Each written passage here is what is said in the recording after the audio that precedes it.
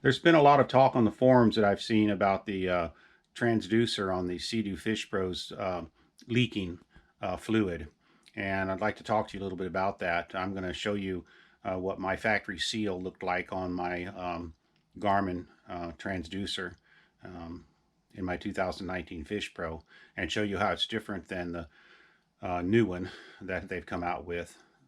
And I'll show you the transducer and how to replace the seal and how to fill up the transducer fluid.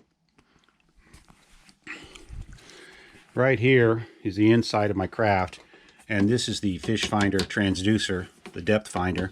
It shoots a signal down through the hull, and in order for it to operate correctly, the transducer itself has to be immersed in a fluid which will transmit the signal.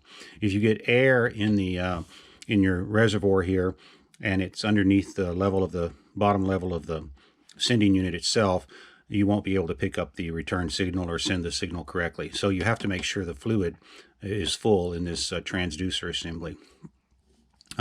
This here is the hose that you can look at to see if the transducer has fluid in it.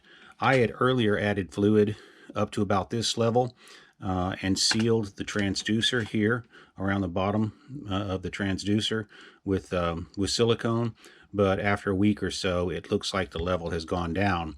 So what I'm going to do now is replace the transducer seal here, and hopefully that will take care of the problem. So it looks to me, yeah, there's no fluid in here, it seems. So we'll go ahead and take this off. You press these back, pop this up,